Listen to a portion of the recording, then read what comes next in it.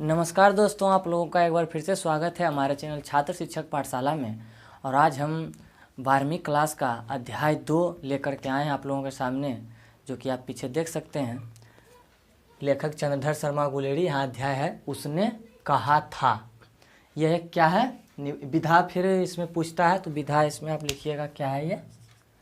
कहानी।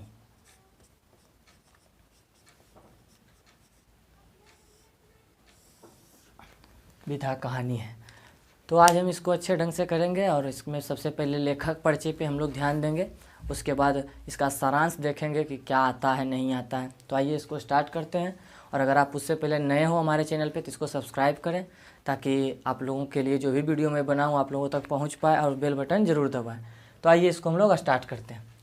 उसने कहा था, चंद्रधर शर्मा गुलेरी जी इनके लेखक हैं और इनका जो है प्रसिद्ध रचना है उसने कहा था। इस पे मूवी भी बनाया जा चुका है, फिल्म। तो जो इम्पोर्टेंट है वो पहले हमने यहाँ पे लिखा है, क्योंकि पिछला वीडियो में कमेंट करके आप लोग बताए थे कि सर आप तो सब लिखिए दिए हैं, तब महत्वपूर्ण क्या है। तो एग्ज़ाम के दृष्टिकोण से, जो मित्र स्टेट के एग्ज़ाम के दृष्टिकोण से देख रहे थे, उनके लिए हमने अंडरलाइन कर दिया है। और जो बच्चे आप एग्ज़ाम देंगे 12 का, तो उसमें जो होगा कि आपको संपूर्ण देखना पड़ेगा। लेकिन आज हम कुछ जो इम्पोर्टेंट होगा उसको अलग से लिखेंगे। तो आइए आगे बढ़ते हैं। सबसे पहले इनका जन्म हम लोग ध्यान में रखेंगे, तुम लोग भी नोट करना कि 7 जुलाई 1883 ईस्वी, जयपुर राजस्थान। कहाँ हुआ था? तो जयपुर शहर है, जिसको हम लोग राजस्थान राज्य में पड़ता है। और वहीं एक दिया है इसमें इनका मूल निवास, मतलब जन्म तो इनका जयपुर राजस्थान में हुआ था, लेकिन ये कहाँ के निवासी थे, मूल निवास इनका कहाँ था? तो गुलेर ग्राम होगा। ये कांगड़ा जिला है और राज्य हिमाचल प्रदेश है। और वहीं अगर बात करें इन्होंने किस पत्रिका का संपादन किया था, तो काशी नागरी प्रचारणी पत्रिका। बहुत इम्पोर्टेंट है, ये डायरेक्ट रह सकता है ऑब्जेक्टिव टाइप क्वेश्चंस में कि काशी नगरी प्रचारणी पत्रिका के संपादन कौन थे, या फिर इसका संपादन किसने किया था? तो चंद्रधर शर्मा गुलेरी। अब थोड़ा सा देख लेते हैं इनकी कुछ रचनाएं। तो आइए, आज जो इम्पोर्टेंट होगा वही हम आप लोगों के सामने लिखेंगे, क्योंकि बहुत ज़्यादा हो जाता है, तो इसको आप लोग ध्यान में रखिएगा। हटाने वाला था, तो आप लोग इसका स्क्रीनशॉट ले लीजिए। पिछला बार कमेंट में बहुत लोग बोले थे कि सर समय नहीं देते हैं, तो आप लोग इसको एक बार देख लीजिएगा। तो मिटाते हैं इसको, जन्म रहने देते हैं। एक और इम्पोर्टेंट है इनकी जो रचनाएं हैं,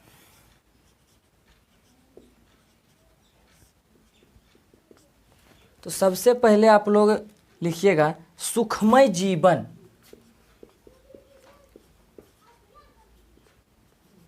सुखमय जीवन, ये 1911 में प्रकाशित हुआ था। बहुत इम्पोर्टेंट है सुखमय जीवन। और दूसरा है बुद्धू का कांटा। बुद्धू का कांटा, बुद्धू, हाँ ठीक, बुद्धू का कांटा, ये भी 1911 ईस्वी में ही प्रकाशित हुआ था। और जो इम्पोर्टेंट है, ये सभी कहानी है, आप लोग याद रखिएगा, ये सभी कहानी है। और तीसरा जो भी हम ऊपर में पढ़ रहे थे, उसने कहा था, उसने कहा था 1915 ईस्वी। ये तीनों क्या है? कहानी है। ये तीनों कहानी है और बार बार यह तीनों के बारे में ही प्रश्न पूछा जाता है। और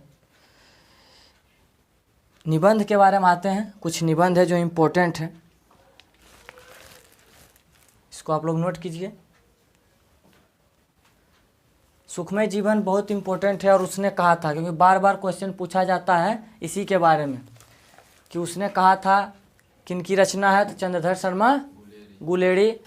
कब प्रकाशित हुआ था यह कहानी? तो 1915 ईस्वी में। और एक बुद्धू का कांटा, जो कि यह जो क्वेश्चन है वो STT के दृष्टिकोण से ध्यान में रखिएगा, बुद्धू का कांटा।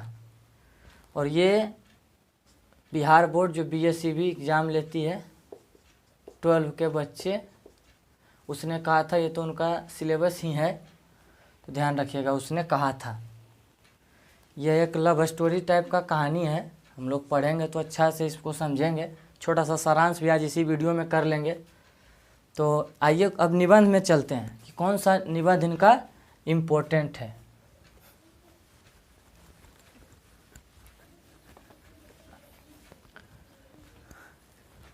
सबसे पहले तो कछुआ धर्म बार बार पूछा जाता है। कछुआ धर्म, धर्म नहीं धर्म, आप लोग ध्यान से देखिएगा इसको। कछुआ धर्म है। और एक है पुरानी हिंदी, पुरानी हिंदी। और तीसरा है भारतवर्ष, भारतवर्ष। ये तीनों क्या है? निबंध। किनकी रचना है? चंद्रधर शर्मा गुलेरी। बहुत इम्पोर्टेंट है, आज हम छाँट छाँट के लाए हैं ताकि आप लोगों को ज़्यादा मेहनत ना करना पड़े और इन चीज़ों को आप याद रख सकते हो। एग्ज़ाम के दृष्टिकोण से बहुत ही कंपलसरी है, ज़रूरी है। और इस तरह से आप लोग देखिए, जहाँ पे भी आप लोगों को लगे कि सर यहाँ पे गलत बता दिए हैं तो उसको आप कमेंट करके बताएं, हम उसमें सुधार करेंगे। बाकी ऐसे तो जितना भी हमारी टीम है और हम जो इस पे करते हैं, पढ़ कर ही आप लोगों के सामने लाने का प्रयास करते हैं। बाकी ये बहुत इम्पोर्टेंट है, आप लोग ध्यान में रखिएगा। वहीं बात कर लेते हैं यहाँ पे एग्ज़ाम के दृष्टिकोण से। तो ये कछुआ धर्म बिहार बोर्ड के एग्ज़ाम में पूछ सकता है। और भारतवर्ष और पुरानी हिंदी ये हो जाएगा STT के दृष्टिकोण से। बाकी पूछने का तो वो भी पूछ सकता है। बार बार यह तीनों निबंध जो है यह दोहराया जाता है। और वहीं आगे अगर बात कर लें, अंग्रेजी में भी इन्होंने कुछ रचनाएं किए हैं। जैसे कि एक कामसूत्र रचना है वात्स्यायन की, ये अलग ऋषि थे, इनका ये अंग्रेजी में अनुवाद किए थे। तो यह जो था इनके बारे में कुछ इम्पोर्टेंट था। अब वो नोट में लिखेंगे, नोट में लिखें, इसको देख लीजिए एक बार। नोट में कुछ प्रश्न आज हम लोग करेंगे इनके बारे में। तो सबसे पहले तो प्रश्न था कि गुलेरी जी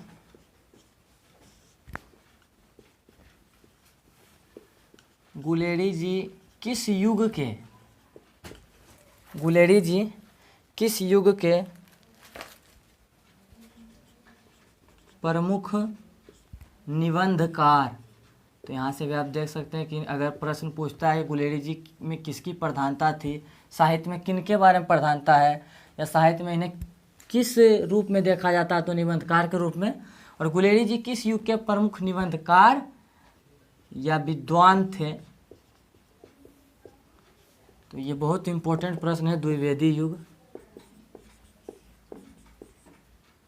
द्विवेदी युग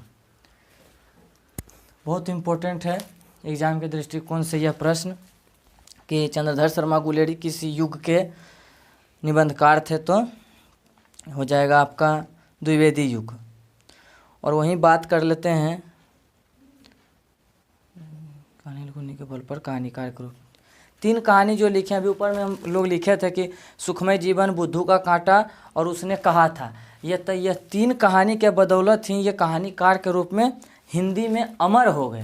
जिसमें कि उसने कहा था, पहले बताएं कि विजय कुमार जी थे जो इन्होंने मूवी बनाया था इन पे। बिमल राय जो थे, बिमल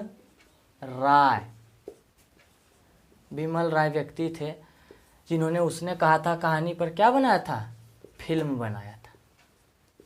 बिमल राय फिल्म बनाए थे उसने कहा था पर, उसने कहा था, दिख रहा है, उसने कहा था कहानी पर। तो ये भी एक इम्पोर्टेंट है।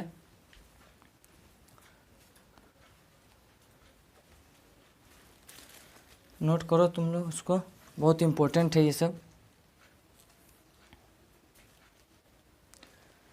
एक और प्रश्न पूछ सकता है, गुलेरी जी किस सदी के प्रमुख निबंधकार थे? तो यहाँ पर भी गुलेरी जी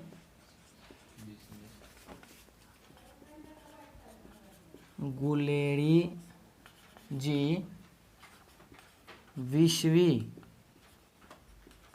सदी के साहित्यकार थे।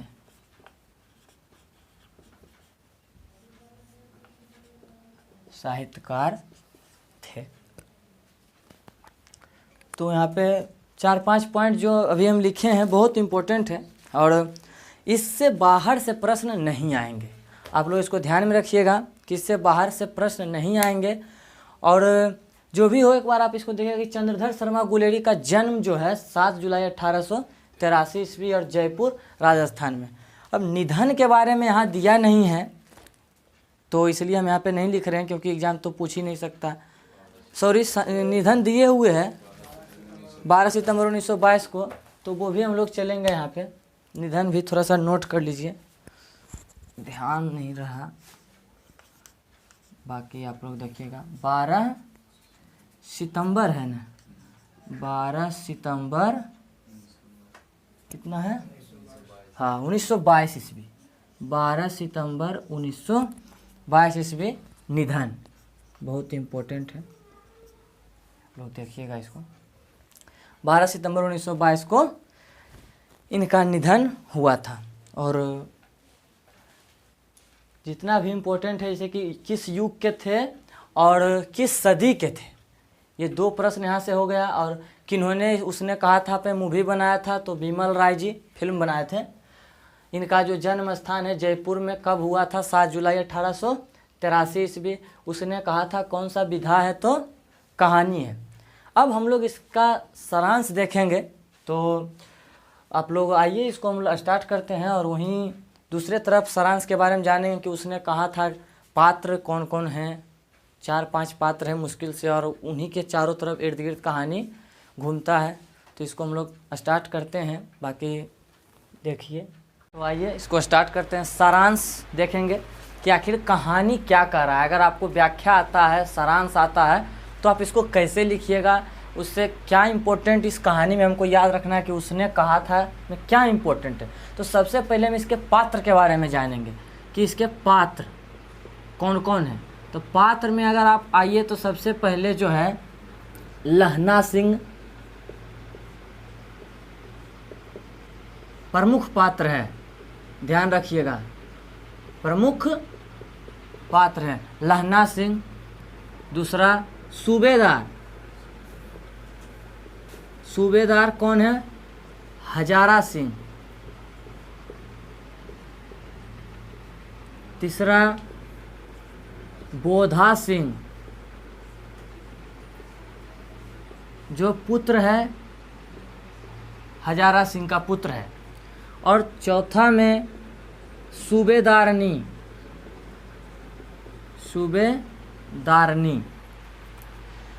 ये 4 पात्र के इर्द गिर्द पूरा कहानी है। बाकी कहानी के बारे में हम आते हैं, थोड़ा सा शॉर्ट फॉर्म में आपको बताने का प्रयास करेंगे, जो कि एग्जाम के दृष्टिकोण से भी बहुत इम्पोर्टेंट है। तो वहीं अगर हम यहाँ पे बात करें तो कहानी जो शुरू होता है, कहानी अमृतसर। एक और यहाँ पे आप लोग नोट कीजिएगा कि यह जो कहानी अमृतसर को ध्यान में रखकर, अमृतसर की कहानी है, जो कि कहाँ है, पंजाब में है। तो कहानी ऐसे शुरू होता है कि 12 साल का ये जो लहना सिंह है, 12 साल का एक लड़का है और 8 साल की एक लड़की है, जो कि लहना सिंह उस लड़की को तांगे के नीचे, मतलब गाड़ी जो होता है, बैलगाड़ी आप उसको कह सकते हैं, घोड़ा गाड़ी जो भी हो, उसके आगे आने से वह बचाता है उस लड़की को। कौन, लहना सिंह बचाता है। और उससे मजाकिया ढंग में पूछता है कि तेरी कुड़माई हो गई, अर्थात यहाँ कुड़माई का मतलब सगाई हो गई। और वो लड़की शर्मा कर क्या भाग जाती है। और फिर अगले दिन भी मिलती है तो वो उसको बताती है कि हाँ कुरमाई हो गई है, नहीं देख रहा है कि मेरे साल है रखा हुआ शादी का जो भी होता है। तो लहना सिंह को बहुत बुरा लगता है और यह कहानी वहाँ से रुक करके डायरेक्ट कहाँ पे फिर मिलता है, 1914 के प्रथम विश्व युद्ध में जाकर के डायरेक्ट हम लोगों को खड़ा कर देता है। वहाँ के बाद डायरेक्ट यह कहानी 1914 का प्रथम विश्व युद्ध जो कि 1918 में ख़त्म हुआ था।